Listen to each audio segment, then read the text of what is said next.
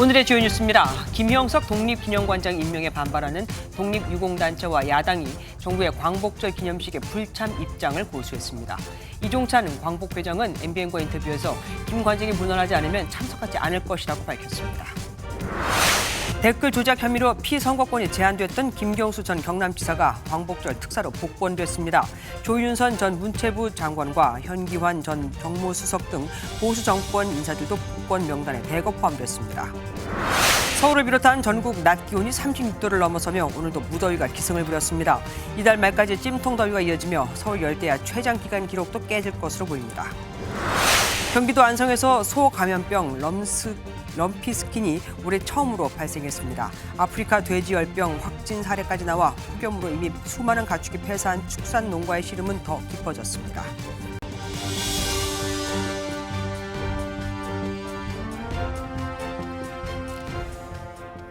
우리가 광복절을 기리는 건 다른 이유 때문이 아닙니다.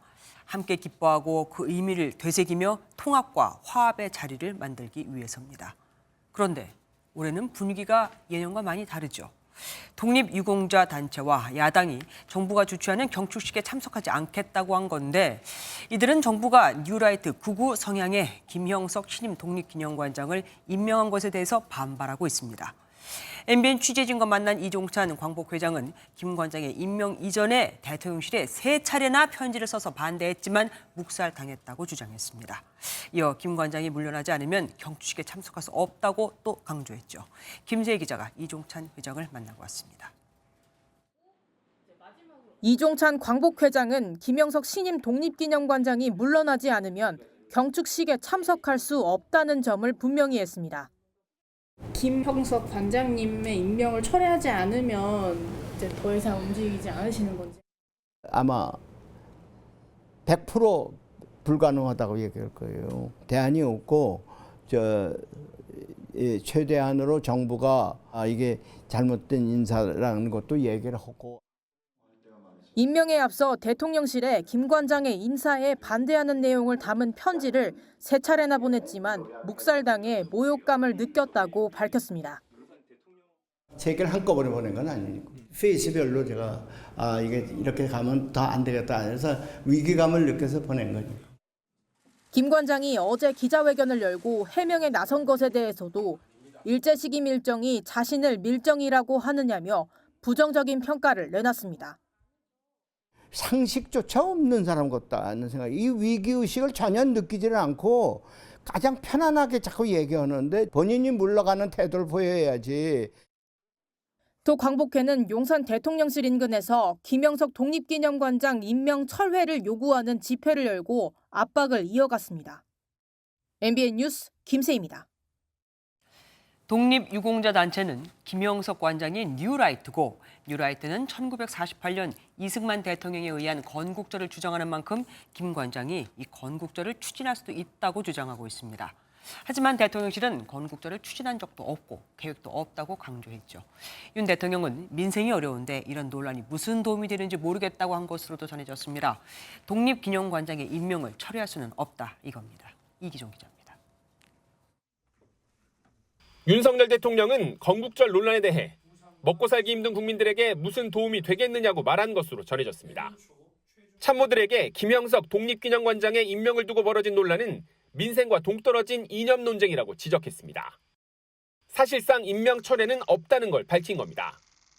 대통령실은 이와 관련해 건국절 제정을 시도한 적도 그럴 계획도 없다는 걸 다시 한번 강조했습니다. 지난주 정광삼 시민사회 수석이 이종찬 광복회장을 만나 이 같은 뜻을 전했고 정진석 비서실장도 여러 차례 이 회장을 설득했습니다. 대통령실은 뉴라이트 논란에 김 관장이 직접 해명에 나섰음에도 임명 철회 요구가 계속되는 건 정치 공세로 볼 수밖에 없다는 기류가 읽힙니다. 대통령실 관계자는 합리적 이유 없이 적법한 절차를 거친 인사를 물을 수는 없다고 밝혔습니다. 한 여권 관계자는 일부 후보자는 뇌물수수 혐의로 처벌된 전력으로 탈락하기도 했다고 전했습니다. 또 김 관장과 윤 대통령은 개인적인 인연이 없고 심사 결과에 따라 임명했을 뿐이라고 설명했습니다. 건국절 논란이 아니라 인사에 대한 불만이 사태의 본질이라는 주장도 나옵니다. 독립기념관장을 독립유공자 유족 분들이 계속 맡아왔던 관행이 있는데 이번에 이런 관례를 따르지 않았다고 해가지고 대통령실은 광복회가 오해를 풀고 광복절 행사에 참석하기 바란다며 계속 설득하겠다고 밝혔습니다. MBN 뉴스 이기종입니다. 하지만 더불어민주당은 김형석 독립기관장 임명에 대해 역사 쿠데타로 규정하고 공세를 이어갔습니다. 앞으로 독립기념관장도 인사청문회 대상에 포함시키자고도 했죠. 우원식 국회의장도 윤석열 대통령에게 결자 해제하라며 비판에 동참했는데 그간 별다른 입장을 내지 않던 국민의힘은 도대체 무슨 근거로 극우 인사라는 거냐며 반격했습니다. 표선우 기자입니다. 광복절 경축식에 참석하지 않겠다고 밝힌 민주당은 윤석열 대통령의 치욕스러운 친일 매국 작태 때문에 순국 선열 앞에 고개를 들 수 없다며 비판 수위를 끌어올렸습니다. 뉴라이트 계열 식민지 근대화론자들을 각종 기관장에 임명하며 점점 금도를 넘고 있습니다. 대한민국의 헌법 정신을 부정하는 역사 쿠데타를 즉각 중단하십시오. 이른바 김형석 방지법에 이어 독립기념관장을 인사청문회 대상에 포함하는 법안도 예고했습니다. 우원식 국회의장도 가세했습니다. 우 의장은 피임명자가 자진 사퇴를 거부한 만큼 인사권자인 대통령이 결자 해지를 해달라며 사실상 임명 철회를 촉구했습니다. 그간 적극 대응하지 않았던 국민의힘은 반격에 나섰습니다. 윤석열 정부는 건국절을 제정하겠다고 발표한 적도 없고 앞으로도 그럴 계획이 없다고 분명히 밝혔는데도 민주당이 느닷없이 광복절 경축식 보이콧을 선언하며 윤 정부를 친일 정부로 매도하고 나섰다고 날을 세웠습니다. 민주당은 도대체 무슨 근거로 김형석 독립기념관장을 뉴라이트 극우 인사로 몰아가고 윤석열 정권을 밀정 정권이라고 단정 짓는 것입니까? 민주당은 내일 김 관장의 사퇴를 촉구하며 독립기념관 항의 방문에 나설 계획인데 국민의힘도 적극 반박 모드로 전환하면서 여야 대치 전선은 더욱 팽팽해질 전망입니다. MBN 뉴스 표선우입니다.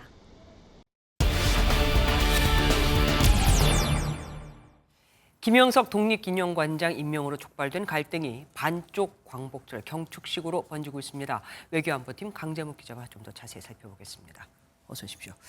강 기자, 김 관장이 뉴라이트 성향이라서 안 된다 이거 아닙니까? 그럼 먼저 뉴라이트가 뭔지부터 설명을 해주시죠.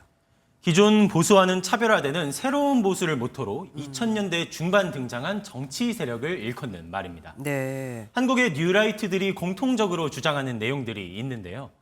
일제시기 경제 발전이 이루어졌다는 식민지 근대화론, 1948년 건국론, 또 이승만 대통령에 대한 재평가 등을 강조하고 있습니다.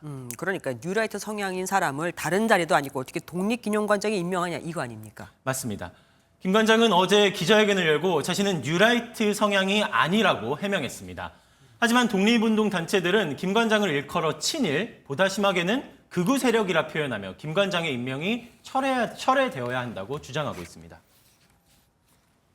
뉴라이트 아니라고 얘기하지만 평소에 한 이제 언행을 보면 뉴라이트가 주장하는 거하고 내용이 똑같거든요. 친일 극우 세력이라고 부르는 게 마땅하다. 이 역사관을 둘러싼 논쟁은 건국절 논란도 또 재점화시켰습니다. 건국절도 뭔지 좀 설명을 해주세요. 맞습니다. 우리나라 헌법에는 대한민국은 1919년 임시정부의 법통을 계승한다는 내용이 담겨 있습니다. 네. 하지만 지난 2006년 뉴라이트계 인사들이 대한민국의 건국 시점을 이승만 정부가 출범한 1948년으로 봐야 한다고 주장한 바 있었는데요. 네. 이 때문에 임시정부의 정통성은 물론 독립운동의 가치를 부정하는 것 아니냐는 비판을 받아왔었습니다. 가장 큰 부분은 임시정부를 부정한다라는 것이죠. 그 부분이 가장 지금 문제시가 되는 것 같고요. 임시정부에 관련돼서는 우리의 역사적 정통성을 무시하는 행위라고 봅니다. 그동안 이 독립기념관장 임명을 두고 이렇게까지 논란이 된 적은 없었던 것 같습니다. 누가 역대 독립기념관장을 했었습니까? 역대 독립기념관장은 순국선열이나 독립유공자의 후손이 주로 자리를 맡아왔습니다. 네. 전두환 정부 당시 초대 독립기념관장을 맡은 안춘생 관장은 안중근 의사의 조카 사촌이고요. 박근혜 정부 당시에는 윤봉길 의사의 친손녀인 윤주경 전 관장이 역할을 맡았습니다. 이 때문에 김 관장의 임명을 반대하는 측에서는 역대 어느 대통령도 공개적으로 친일 발언을 한 후보자를 중용하지 않았었다며 임명 철회를 강하게 요구하고 있는 상태입니다. 오늘이 13일이니까 광복절에서 단 이틀 남았잖아요. 사태가 어떻게 수습될지 지켜봐야겠습니다. 지금까지 강재묵 기자와 함께했습니다. 윤석열 정부 들어 세 번째로 단행되는 8.15 광복절 특사 1,219명이 확정됐습니다. 관심을 모았던 김경수 전 경남지사도 대상에 포함돼 복권됐고 조윤선, 안종범 전 청와대 수석, 원세훈 전 국정원장도 명단에 올랐죠. 이제 이들은 다 선거에 출마할 수 있습니다. 먼저 박은치 기자가 보도합니다. 이른바 드루킹 일당과 댓글 여론을 조작한 혐의로 유죄가 확정된 김경수 전 경남지사가 8.15 광복절을 맞아 복권됐습니다. 윤석열 대통령은 서민 생계형 형사범, 경제인, 전직 주요 공직자, 정치인 등 1,219명에 대한 특별 사면, 감형, 복권을 단행하는 안을 오늘 제가했습니다.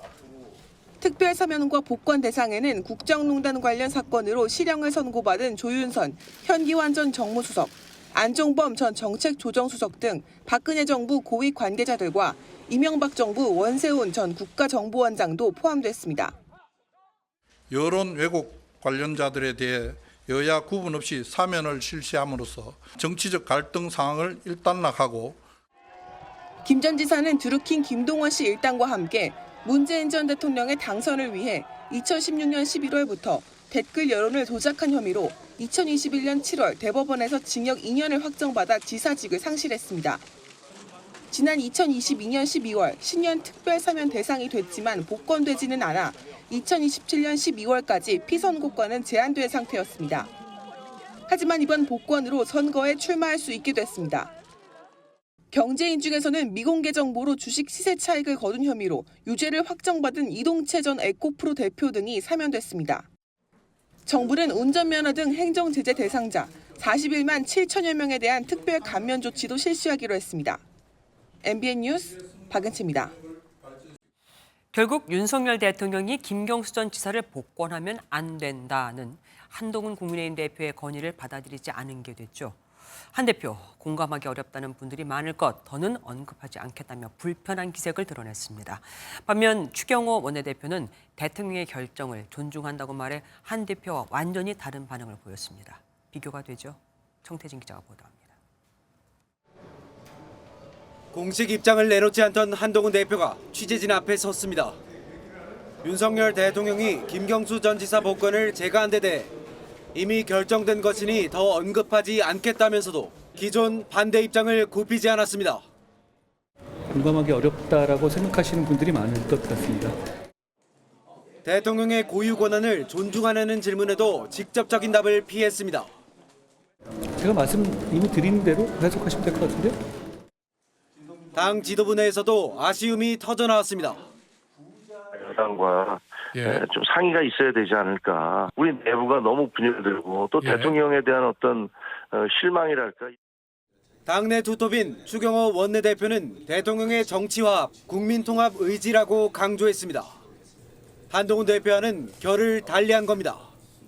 통치권 차원에서 내린 결단이다 이렇게 생각하고 저는 대통령의 결단을 존중하고 김경수 전 지사는 복권 확정 직후 복권 반대 비판에 담긴 뜻도 잘 헤아리겠다고 짤막한 입장을 냈고 이재명 전 민주당 대표는 진심으로 환영한다. 더 큰 역할을 해주시길 기대한다고 밝혔습니다.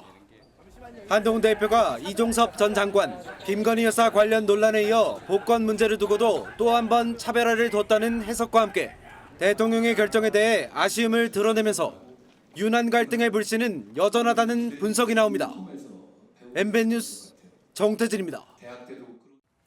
일본이 사도광산을 세계유산에 등재하면서 설치한 전시물에 강제동원 이 표현이 빠진 것을 두고도 논란이 계속되고 있죠. 이런 가운데 조태열 외교부 장관이 국회를 찾았습니다.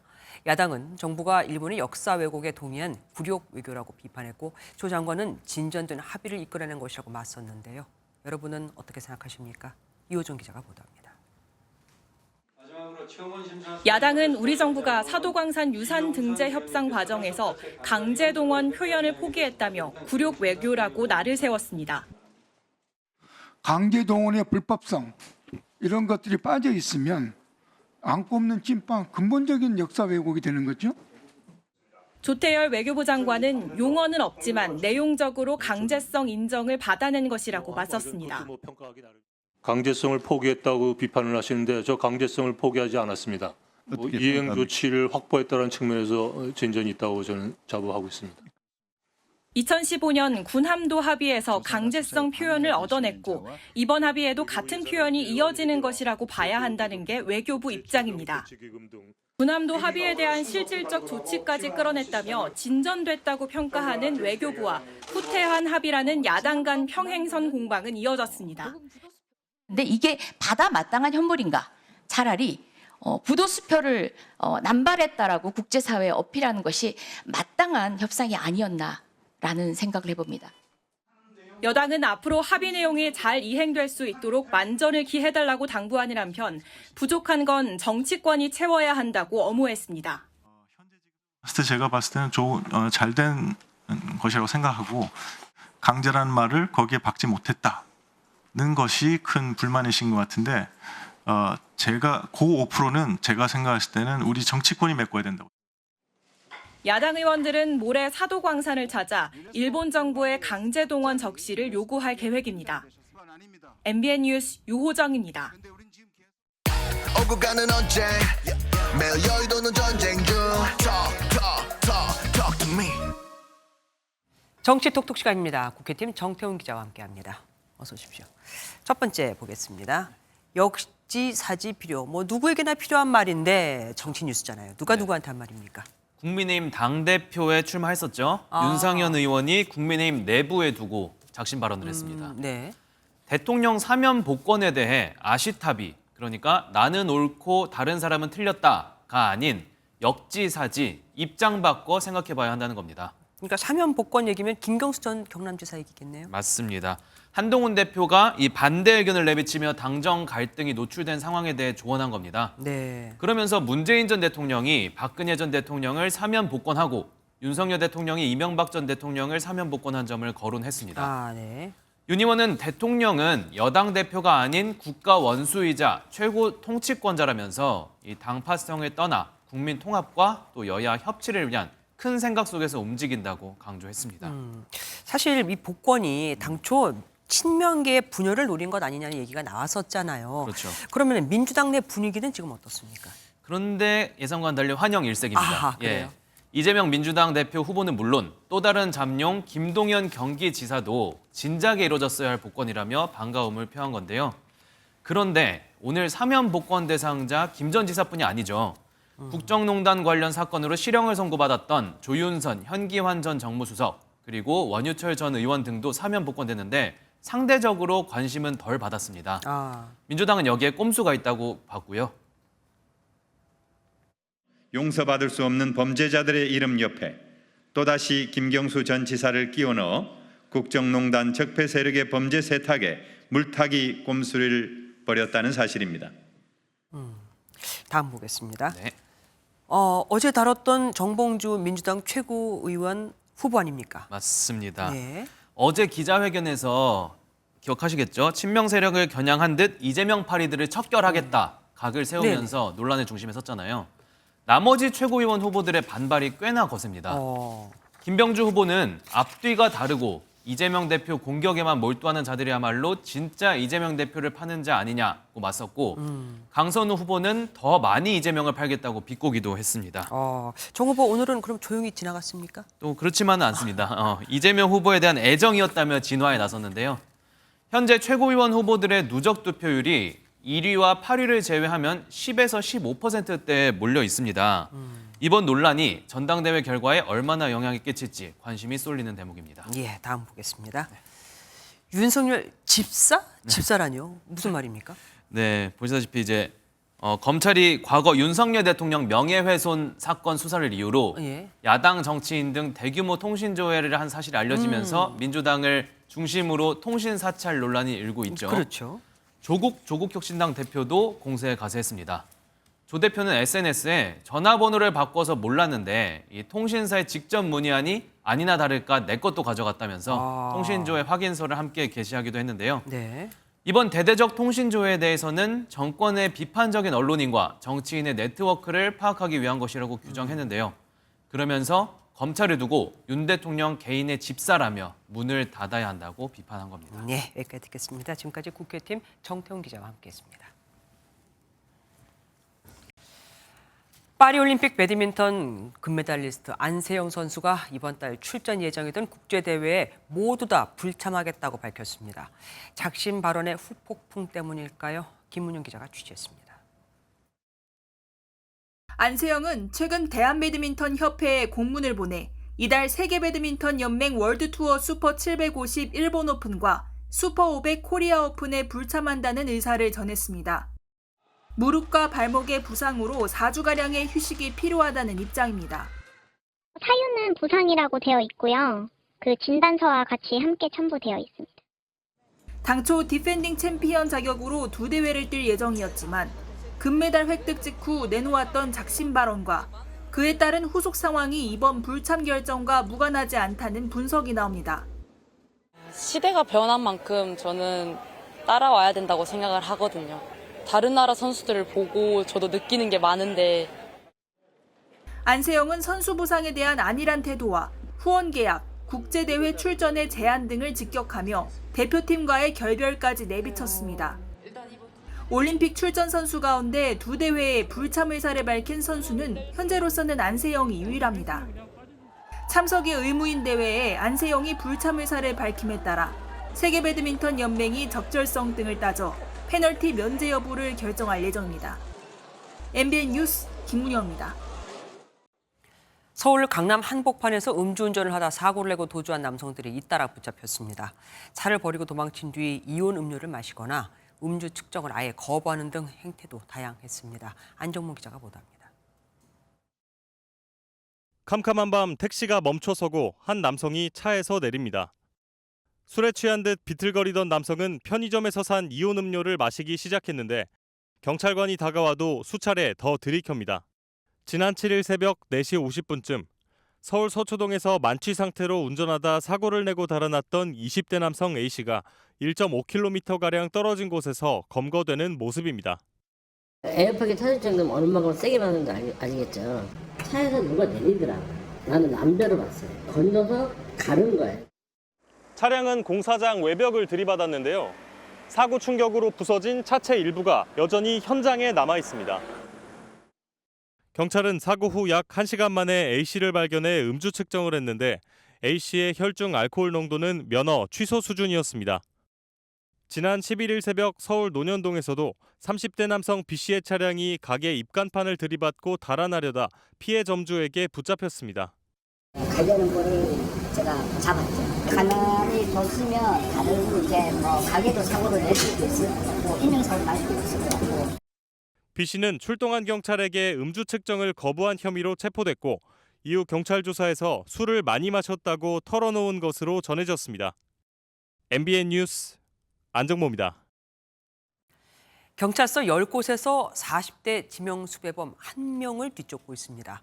훔친 오토바이를 번갈아 타고 다니며 주유소나 편의점에 위장 취업해 금고에서 돈을 훔쳐가고 있는데 벌써 2달째입니다. 간 크게도 훔친 곳에 다시 와서 또 훔쳐가기도 합니다. 안 잡는 걸까요? 못 잡는 걸까요? 강세훈 기자가 단독 취재했습니다. 주유소에 나타난 한 남성.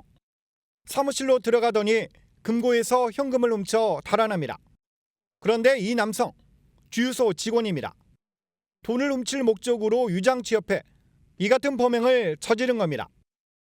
성실하게 일을 했기 때문에 저희가 이제 보안 키를 만들어 줬었는데 한 10일 정도 일한 후에 갑자기 남성은 보름 뒤 다른 주유소에 위장 취업해 또 금고에 손을 댔습니다.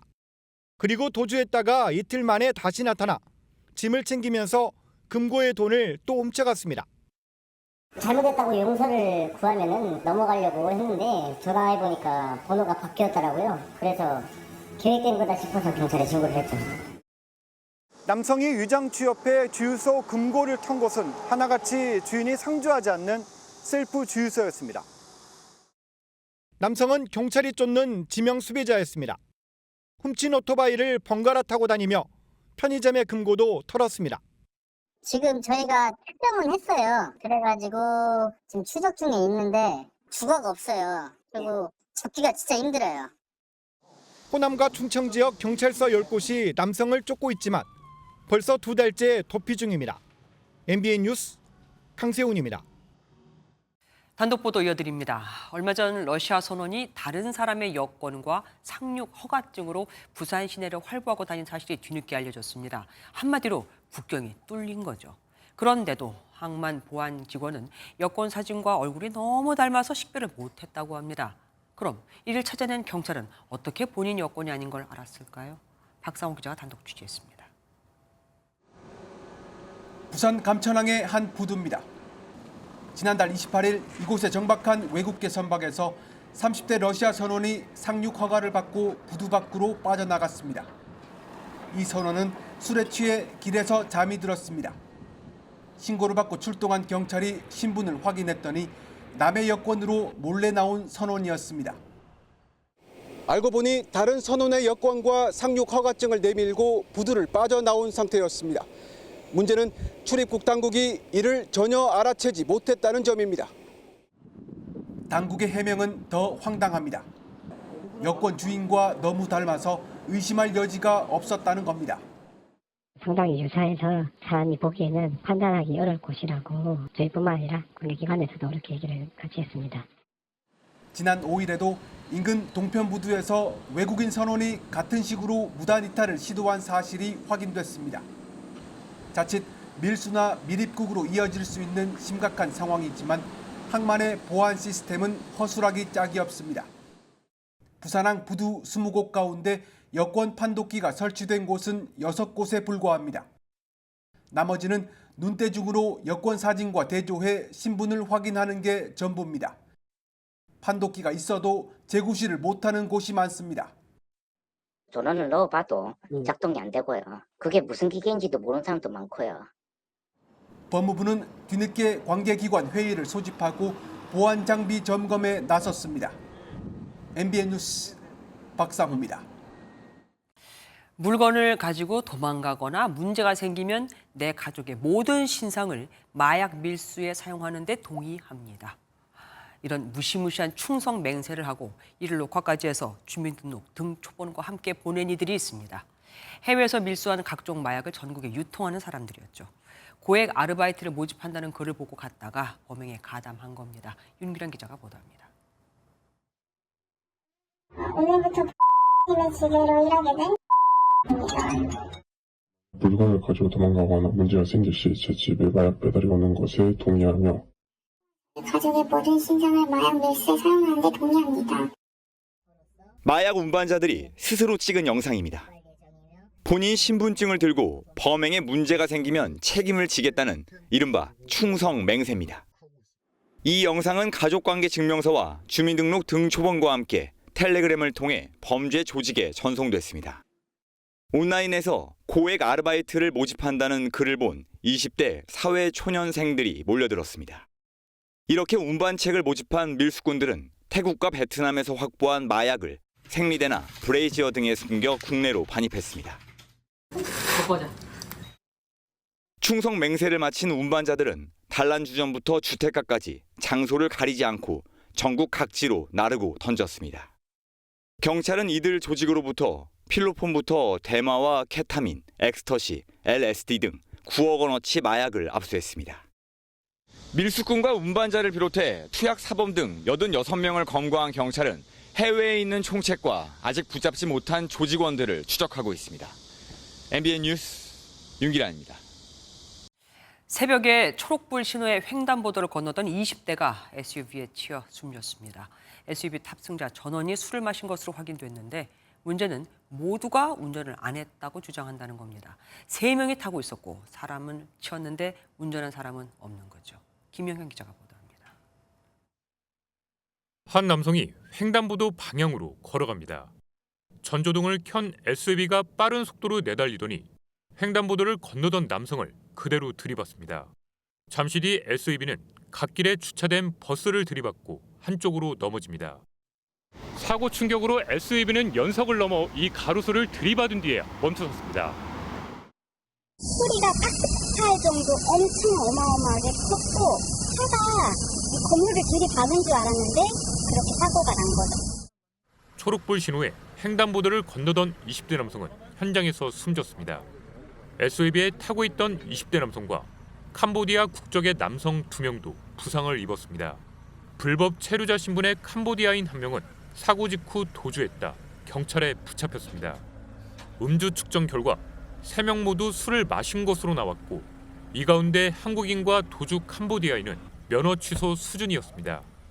충남 논산의 농장에서 일하는 대표와 직원들로 회식 자리에서 술을 마시고 대전으로 이동 중이었습니다. 경찰 조사에서 3명 모두 운전을 하지 않았다고 진술했습니다. 운전자를 특정하기 위해서 이제 현재 CCTV라든지 블랙박스, 그다음에 술 마신 장소라든지 이런 부분들의 수사력을 경찰은 농장 대표 20대 남성이 회복하는 대로 운전자가 누구인지를 다시 캐묻고 자세한 사건 경위를 조사할 예정입니다. MBN 뉴스 김영현입니다. 그런가 하면 만취한 상태로 차를 몰다 중앙선을 넘어 사고를 낸 뒤 달아나던 30대 운전자가 붙잡혔습니다. 그것도 단 2분 만에요.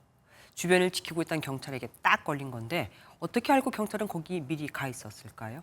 심우영 기자가 알아봤습니다. 승용차가 신호를 기다리던 그때 왼쪽에서 SUV 한 대가 빠른 속도로 달려와 들이받습니다.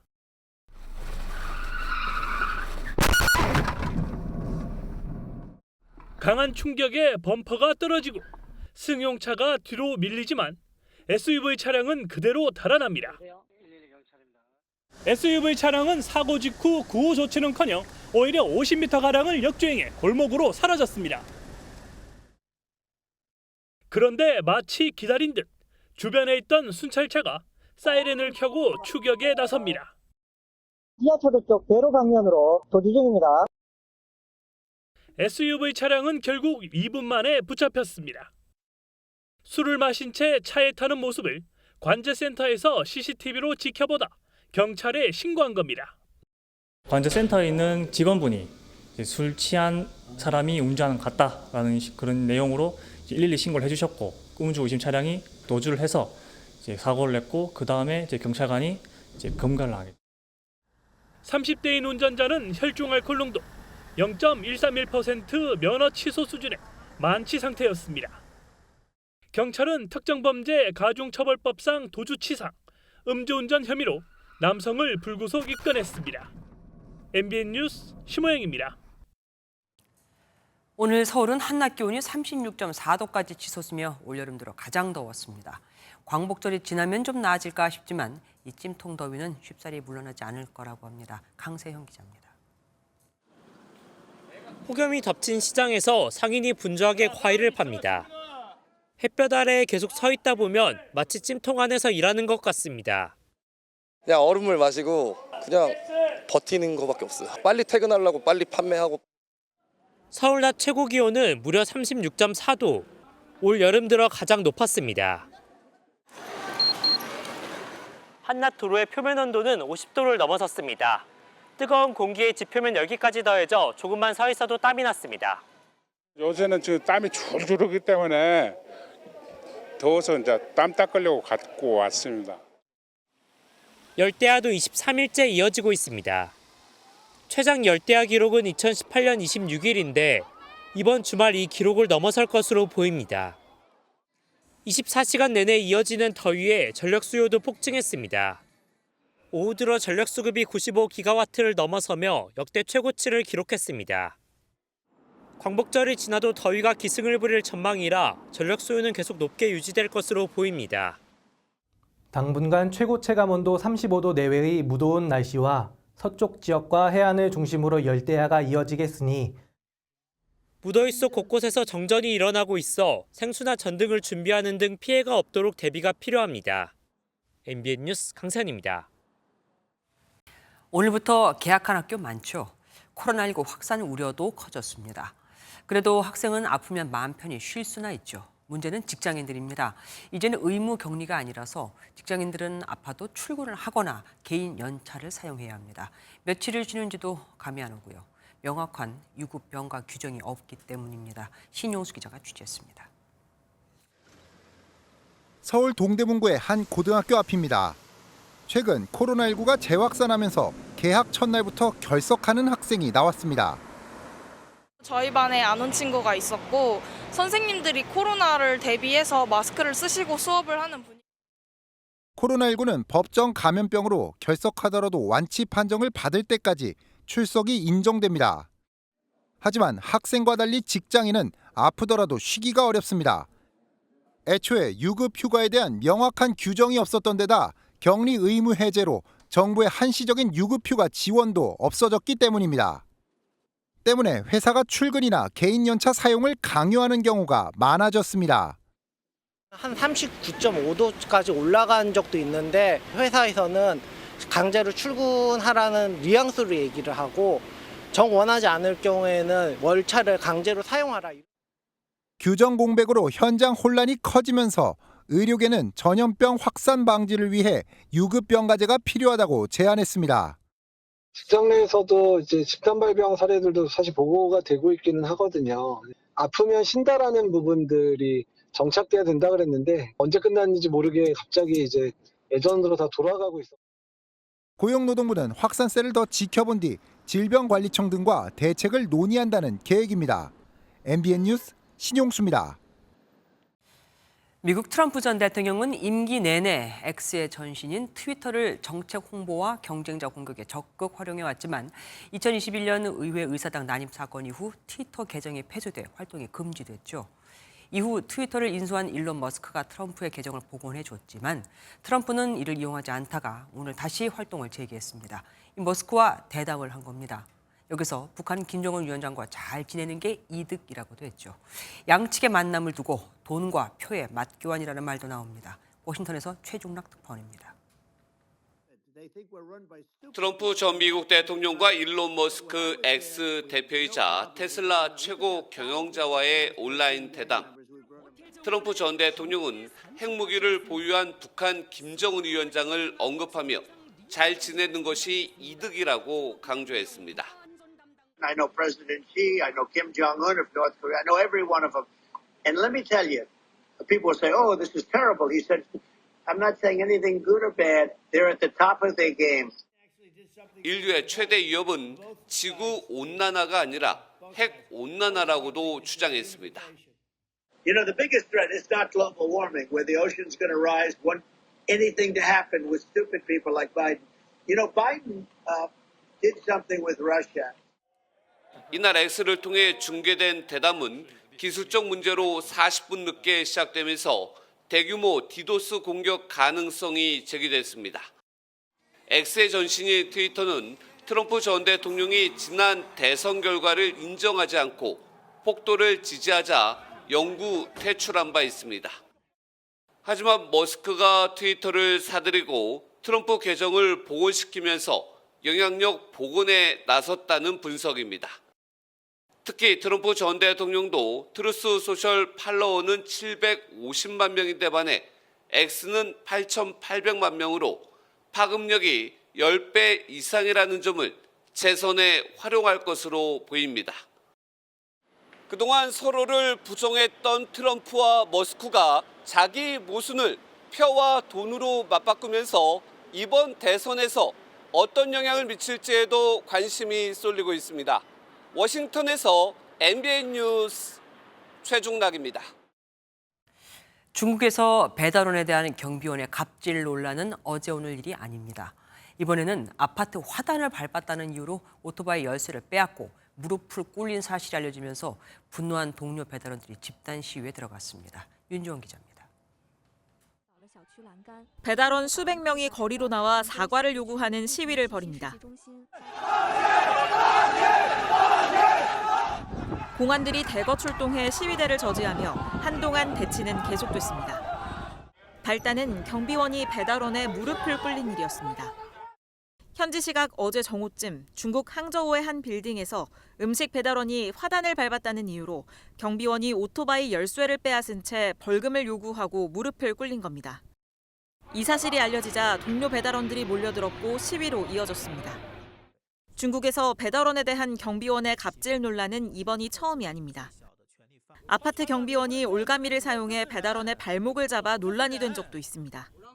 자신의 동의 없이 출입하려 했다는 이유였습니다. 这是条狗吗？要这样锁住？ 这不是条狗。 논란이 확산하자 해당 아파트 관리업체는 경비원의 잘못을 인정하고 배달원에게 1,500위안, 우리 돈 28만 원가량의 보상금을 지불한 것으로 알려졌습니다. MBN 뉴스 윤지원입니다. 안 그래도 지진으로 놀란 일본에 태풍이 불어닥쳐서 엄청난 비가 쏟아졌습니다. 문제는 지진도 태풍도 이게 다가 아닐 수도 있다는 겁니다. 또 다른 태풍이 접근하고 있고 난카이 대지진 경보까지 발령 중이니까요. 그런데 또 하필 이번 주가 일본 최대 명절이자 귀성이 있는 오봉 연휴입니다. 주진희 기자가 보도합니다. 일본 3대 종유동굴 입구에서 흙탕물이 쏟아지거나 범람을 하고 침수한 도로 위에 있는 차량은 갈 곳을 잃었습니다. 5호 태풍이 일본 이와테 현을 관통하면서 엄청난 비를 퍼부은 겁니다. 台風5号は日本海へ抜けて今日未明に熱帯低気圧に変わりました。台風の影響で岩手県では48時間で400ミリを超える雨が降るなど 5호 태풍의 고비는 넘겼지만 또 7호 태풍이 접근하고 있어 오는 금요일엔 도쿄 등 관동 지방이 영향권에 들 전망입니다. 심지어 최초로 발령된 난카이 거대 지진 임시 정보는 15일까지 이어질 예정. 불안함이 커진 시민들 사이에선 생필품 사재기가 이어지고 있는 것으로 보입니다. 주변 가게 모두 생수가 다 팔렸다. 쌀이 품절인데 지진 대비를 위한 사재기인 건지 오봉 연휴로 배달 업체들이 쉬는 건지 모르겠다는 글이 SNS에 올라오고 있는 겁니다. 게다가 오봉이라는 일본 최대 명절 연휴를 맞아 귀성도 시작됐습니다. 久しぶりの宮崎県に行くの。小さなばあばに会いたいです。宮崎大丈夫かな？地震。ね、地震心配ちょっと。 일본 난카이 대지진 경보는 오는 15일 5시에 해제될 예정으로 태풍까지 겹쳐져 이번 일본 연휴는 긴장 상태로 넘어갈 전망입니다. MBN 뉴스 주진입니다.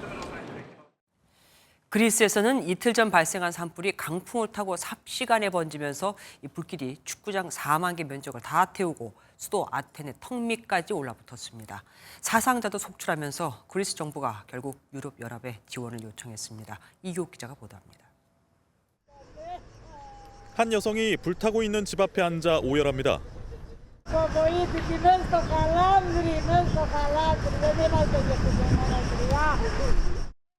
헬리콥터가 연신 물을 뿌리고 주민들까지 팔을 걷어붙이고 양동이를 들었지만 강풍 탓 불티가 사방으로 날리면서 걷잡을 수 없습니다. 현지 시각 11일 오후 그리스 아테네 북동쪽 바르나바스에서 시작된 불은 아테네 인근 브릴리시아까지 번지면서 수천 명이 추가로 대피했습니다. Ήταν πάρα πολύ δυνατός. Δεν μπορούσες να κάνεις τίποτα. Εγώ καθόμουν από το πρωί και έβρεχα το σπίτι. Ό,τι είχα κάνει και πριν 2 χρόνια και είχα σώσει το σπίτι μου μόνος μου, το ίδιο έκανα και φέτος. 이 불로 아테네 북부 지역에서 주민 1명이 숨졌고 연기 흡입과 화상 등으로 최소 15명이 다쳤습니다. 당국은 화재로 축구장 4만 개 면적이 피해를 입었다고 밝혔는데 마라톤 발상지인 마라톤시 등에서도 3만 명 이상 대피했습니다. 그리스는 올여름 역대 최고 기온을 기록 중인데 나무가 말라붙어 가연성이 커진 데다 뜨거운 강풍까지 불면서 불을 키웠습니다. Έβλεπα μια φλόγα να έρχεται από το ρέμα, από τη ρεματιά μέσα, από κάτω και ξαφνικά έπιασε πολύ δυνατός αέρας και γιγαντώθηκε αυτή η φλόγα και μαζί με βοή. 그리스는 가용자원 총동원에도 여의치 않자 유럽연합에 지원을 요청했고 프랑스와 이탈리아, 체코 등이 돕겠다고 나섰습니다. MBN 뉴스 이교욱입니다. 산림청은 올해 산불 진화 역량을 키우겠다며 80억 원가량의 예산을 편성했습니다. 헬기가 악천 후에 취약하다며 군 수송기에 물 탱크를 붙여서 불을 끄겠다는 계획이었죠. 그런데 최근 군이 협조할 수 없다는 뜻을 최종적으로 전한 것으로 확인됐습니다. 부처 협의 없이 돈부터 받아둔 산림청. 그럼 이 돈 80억 원은 어떻게 하죠? 이병주 기자가 단독 보도합니다. 특별 재난지역으로 선포될 만큼 피해가 컸던 지난해 4월 강릉 산불. 산불 진화 헬기 투입에 애를 먹어 당시 어려움을 겪었습니다. 초속 20m 이상의 강풍 등 악천 후에 헬기가 뜨지 못했기 때문인데 산림청은 항공기를 도입해 대응 역량을 키우겠다고 강조했습니다. 실제 미국과 일본, 중국 등 해외 10여 개 나라에서 활용하고 있습니다.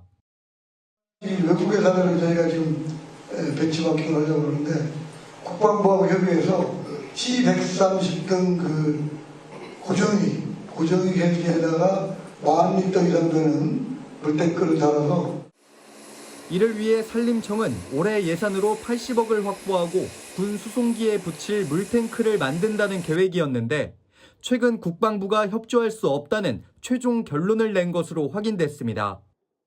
MBN 취재 결과 공군은 이달 초 산림청의 비행 안전과 산불 진화 효과 등을 고려하면 수송기를 투입하는 게 부적절하다는 입장을 전했습니다. 부처 간 협의도 없이 예산부터 확보한 겁니다.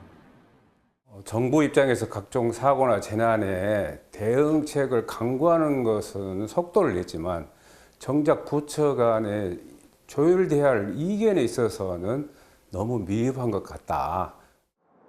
산불 진화용 항공기 도입 사업이 잠정적으로 보류된 가운데 산림청은 올해 확보한 예산 80억 원을 산사태 피해지 복구 등에 전용하는 방안을 검토하고 있습니다. MBN 뉴스 이병주입니다. 북한이 태권도를 유네스코 인류 무형문화유산으로 등재 신청했다고 지난주 MBN이 단독 보도해드렸죠. 우리나라 국기인 태권도를 뺏길 수 있다는 우려가 컸는데 북한이 공동 등재를 원한다는 의사를 밝힌 것으로 확인됐습니다. 이기영 기자가 단독 보도합니다. 북한이 주도하는 국제태권도연맹 ITF의 정순천 공보부위원장은 지난주 오스트리아 빈에서 북한 리용선 ITF 총재를 만났습니다. 캐나다 국적의 정 공보부위원장은 MBN과의 화상통화에서 북한이 태권도를 유네스코에 단독 등재 신청했지만 남북 공동 등재를 원한다고 전했습니다. 북측의 이용선 총재가 하시는 말씀이 우리는 신청했을 뿐이고 남측도 빨리 서둘러서 해라라고 이야기를 했습니다. 실제로 남과 북은 지난 2018년 태권도의 유네스코 등재를 위해 평양에서 공동 협약을 한 바 있습니다. 이후 민간단체인 코리아 태권도 유네스코 추진단과 논의해 왔는데 지난 3월 단독 등재를 한 것은 과거 남과 북이 각각 추진 후 2018년 공동으로 등재한 씨름의 선례를 따르자는 취지라는 겁니다. 전 국가적인 차원에서 접근해 줬으면 좋겠고 또한 이 문제를 가지고 국가유산청에서 조금만 적극적으로 움직여주면은 씨름의 선례대로 태권도는 남북 공동으로 쉽게 등재될 수 있다고. 담당 부처인 국가유산청은 올해 한지를 2년 뒤에 인사물 신청 대상으로 선정했는데 태권도는 빨라야 4년 뒤에나 신청할 수 있습니다. 유네스코는 과거 씨름이 남북 화해와 세계 평화에 이바지할 수 있다며 심사 순위에서 북한보다 뒤에 있던 우리나라의 씨름 등재 신청을 긴급 안건으로 변경하기도 했습니다. 이번 태권도 역시 우리나라가 서둘러 인류 무형문화유산 등재 신청에 나선다면 긴급 안건으로 2년 안에 등재할 수 있을 것으로 전망됩니다. MBN 뉴스 이규현입니다. 카카오페이가 4천만 회원의 개인 신용 정보를 당사자 동의 없이 중국 업체인 알리페이에 넘겨 파문이 일고 있습니다. 카카오페이 아이디부터 핸드폰 번호, 거래 내역까지 다 포함됐죠. 심지어 해외 결제를 하지 않은 고객의 정보까지 다 넘긴 것으로 확인이 됐습니다. 카카오페이의 해명 한번 들어보실까요? 최은미 기자가 보도합니다. 사건은 카카오페이와 카카오페이의 사실상 2대 주주인 중국 알리페이가 제휴를 맺으면서 시작됐습니다. 중국 등 해외 알리페이 가맹점에서 카카오페이로도 결제할 수 있게 한 건데 금융감독원은 카카오페이가 2019년 11월부터 지금까지 알리페이에 누적 5억 5천 건의 고객 신용정보를 제공했다고 밝혔습니다. 카카오페이 고객이 해외 알리페이 가맹점에서 결제했다면 알리 측에 대금만 정산해주면 되는데 굳이 고객 신용정보까지 제공했다는 게 금융감독원의 설명입니다. 알리 쪽으로 카카오페이는 정산만 해주면 되는 역할이거든요. 그렇게 돈을 보내줄 때 정보를 줄 필요는 없어요. 카카오가 알리페이의 거래 정보뿐 아니고요. 개인 신용 정보를 이게 필요하지도 않는데 보낸 게 문제입니다. 이와 별도로 카카오페이는 애플 앱스토어에서 알리페이를 통해 결제할 수 있게 하기 위해 2018년부터 지금까지 총 542억 건, 누적 4,045만 명의 정보를 알리에 넘겼습니다. 카카오 계정 아이디와 핸드폰 번호, 이메일은 물론 주문 정보와 카드 거래 내역까지 포함됐습니다. 애플을 이용하지 않는 고객 정보도 넘겼습니다. 신용정보법상 개인 신용정보를 다른 곳에 제공하거나 특히 해외로 이전하려면 반드시 당사자 동의를 받아야 하지만 지키지 않았습니다. 카카오페이 측은 위수탁 관계에 따른 처리라 사용자 동의가 필요 없다고 판단했고 또 암호화를 거쳤다며 문제될 게 없다는 입장입니다. 금융감독원은 면밀한 법률 검토를 거쳐 신속히 제재 절차에 착수하는 한편 유사 사례에 대한 대대적인 점검을 실시할 계획입니다. MBN 뉴스 최은미입니다. 고공행진하는 물가에도 그나마 축산물 가격은 안정세였죠. 그런데 추석을 앞두고 변수가 생겼습니다. 8월 중순에도 계속되는 폭염에 폐사는 가축이 늘어 걱정인데 여기에 소에서는 럼피스킨이, 돼지에게선 아프리카 돼지 열병이 확인됐기 때문입니다.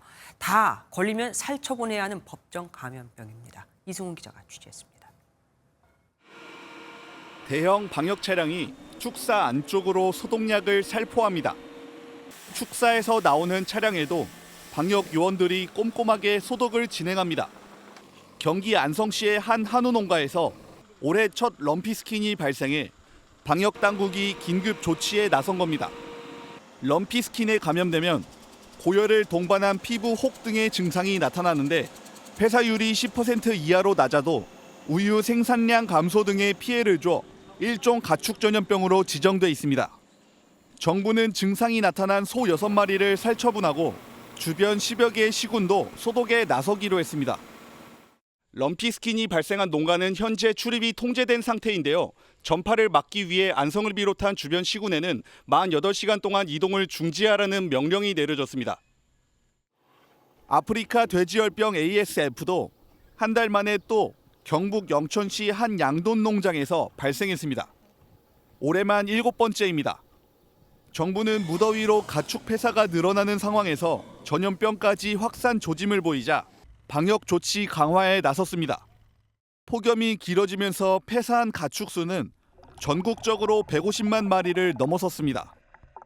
후속 조치 신속하고 정확하게 해야 되겠습니다. 2차, 3차 피해로 이어지지 않도록 여러 가지 우리의 방역 노력들 빨리 서둘러서. 채소, 과일에 이어 축산물 가격에도 비상이 걸리면서 다가오는 추석 장바구니 물가에 대한 우려감이 커지고 있습니다. MBN 뉴스 이승훈입니다. 국내 차들에 이어 연이어 전기차의 배터리 정보를 공개하고 배터리 제조사를 추적하는 서비스인 마이배터리에 전기차 차주들이 몰리니 더는 안 되겠던 걸까요? 현대차 그룹에 이어 수입차 업체인 BMW와 벤츠도 배터리 정보를 공개했습니다. 지난 1일 인천에서 불이 난 벤츠 전기차의 배터리가 중국산으로 밝혀지면서 국내 배터리 관련 종목의 주가는 일제히 급등했습니다. 한범수 기자입니다. 한국교통안전공단이 온라인으로 운영하는 마이배터리 서비스입니다. 전기차 제조사로부터 배터리 식별번호를 받아 입력하면 혹시 불이 날 경우 조사기관이 어디서 만든 배터리인지 쉽게 추적할 수 있습니다. 지난 1일 인천 청라 지하주차장에서 발생한 벤츠 전기차 화재를 기점으로 이용자가 9배 늘었습니다. 이처럼 배터리에 대한 알 권리 요구가 커지자 정부는 국내 모든 전기차의 배터리 정보를 공개하도록 제조사에 권고했습니다. 현대차와 기아, BMW에 이어 이번 전기차 사태의 발단을 제공한 벤츠 역시 결국 내부 자료를 내놨습니다. 16종 가운데 14종의 중국산 배터리가 사용됐는데 5종에는 인천에서 사고가 난 차량과 같이 파라시스 제품이 들어간 것으로 확인됐습니다. 불이 난 벤츠 전기차의 배터리가 중국산으로 밝혀지면서 국산 배터리 관련 종목의 주가는 줄줄이 상승했습니다. 중국산 배터리가 절대적으로 위험하다 이렇게 얘기할 수는 없는데 이번 피해가 워낙 크다 보니까 K배터리들이 반사이익을 볼 수 있는 벤츠와 현대차, 기아 등 일부 완성차 업체는 이미 출고돼 운행 중인 전기차를 대상으로 무상 안전 점검을 실시하겠다고 밝혔습니다. MBN 뉴스 한범수입니다. 노인 지원 단체인 보건복지부 산하 대한노인회가 요즘 떠들썩합니다. 이번 달 회장 선거를 둘러싸고 내홍이 커지자 정부가 관리 좀 제대로 하라는 공문까지 보낼 정도죠. 이례적인 관심 속에 전임 회장을 지낸 이중근 부영그룹 회장도 출마를 검토 중인데 도대체 문제가 뭘까요? 안병수 기자가 취재했습니다. 오는 27일 제19대 대한노인회장 선거를 앞두고 시민단체가 공정선거를 촉구하고 나섰습니다. 최근 시도연합회장 7명이 무더기 자격정지 징계를 받자 선거권 박탈을 위해서라는 의혹이 제기된 겁니다. 실제로 그 감사에 걸렸다고 그들이 주장하는 사항을 보면 하나도 지적될 사항도 아니고. 대한노인회는 정당한 징계였다는 입장입니다. 공금을 사유재산처럼 사용한 그런 사람들이 처벌이 됐죠. 선거 복마전으로 번질 조짐에 복지부가 주의를 당부한 가운데 이번 선거는 지난 2017년 제17대 노인회장을 지낸 이중근 부영그룹 회장이 출마를 검토 중입니다. 부영그룹은 최근 직원 1명당 출산 장려금 1억 원을 지급한 것으로 알려져 주목받았습니다. 이 회장은 출마 여부에 대해 노인복지를 위해 모든 것을 쏟아부을 계획이라고 애둘러 답했습니다. 현재 노인회장 선거는 정치권과 재계 출신 등의 4-5명 정도가 후보 출마를 저울질하고 있는 것으로 파악됩니다. MBN 뉴스 안병수입니다. 장대환 매경미디어그룹 회장이 한국경영학회 명예회장에 위촉됐습니다. 한국경영학회 김연성 회장은 경주에서 열린 제26회 융합학술대회 개막식에서 장 회장에게 위촉배를 수여했습니다. 김 회장은 경영학자와 산업계 의견 전반이 정책적으로 잘 반영될 수 있도록 애써줬고 학회와 경영학 자체가 발전해나갈 수 있도록 지원해줘 학문 자체로서의 발전에도 큰 도움이 됐다고 위촉 의의를 밝혔습니다. 스포츠 뉴스입니다. 올림픽 3관왕의 주인공 양궁 여제 임시연이 MBN을 찾았습니다. 파리에서부터 먹고 싶었던 치킨과 떡볶이도 아직 못 먹었을 만큼 바쁘지만 금메달 3개와 함께 밝은 미소를 보여줬는데요. 신영빈 기자가 전합니다. 점심시간도 포기한 직장인들이 신궁을 반기고 임시연도 그런 모습이 신기한 듯 카메라를 들었습니다. 올림픽 후 강릉 고향집에서 꿀맛 같은 휴식을 취하면서도 자신을 향한 뜨거운 관심을 느꼈습니다. 지나가시는 분들도 이거 많이 알아보시고 살짝 어르신분들은 뛰어오시더라고요. 그래서 어떻게 저 멀리 다 알아보셨지? 국민적 사랑과 관심에 부응하려고 부모님과의 시간도 잠시 미뤘습니다. 조금 서운해하시긴 하셨는데 이제 부모님도 뭐 영광이라고 생각하고 할 일은 해야지 이런 스타일이셔서 다녀오겠습니다 하고. 눈코 뜰 새 없는 스케줄에 한국에 오면 가장 먹고 싶었던 음식도 아직입니다. 저는 엽떡에 허니콤보가 진짜 먹고 싶었어요. 근데 아직 못 먹었습니다. 언제 드실 거예요? 아마 이번 주 안에 먹지 않을까. 한 달 후엔 올림픽보다 어렵단 국가대표 선발전에 나서 내년 세계선수권 3관왕에 도전합니다. 오랜 시간 정상을 지킨 선배 김우진을 보며 여제로서의 장기 집권을 꿈꿔봅니다. 지혜로움? 스포츠 자체가 변수가 많잖아요. 되게 지혜롭게 대처한다고 생각을 해요. 위기가 오면은 괜찮아. 막 이렇게 상대를 안심시켜주는 것도 있고, 그리고 내가 시점 쏴줄게라는 그 말이 어떻게 보면 되게 책임감 있는 말이거든요. 근데 그 상황에서 그렇게 얘기를 하고 그걸 또 보여주니까. 아시안게임과 올림픽에서 모두 3관왕을 차지한 유일한 선수 임시연. 이미 역사의 주인공이지만 앞으로 써내려갈 기록이 더 많기에 아직 배고픕니다. 행운은 다른 사람들이 더 좋을 수는 있지만 승리는 언제나 임시연 선수 거다 이렇게 얘기를 해주는 분이 계셨는데 그게 진짜 너무 고맙더라고요. 앞으로도 계속 응원해주세요. 더 나아가는 임시연이 되보겠습니다. MBN 뉴스 신영빈입니다. 19일간의 열전을 마친 자랑스러운 올림픽 영웅들이 오늘 귀국했습니다. 공항에 그야말로 구름 인파가 몰렸는데요. 현수막과 함께 금이 환영을 뜨겁게 맞아주는 팬들의 모습, 오늘의 장면입니다.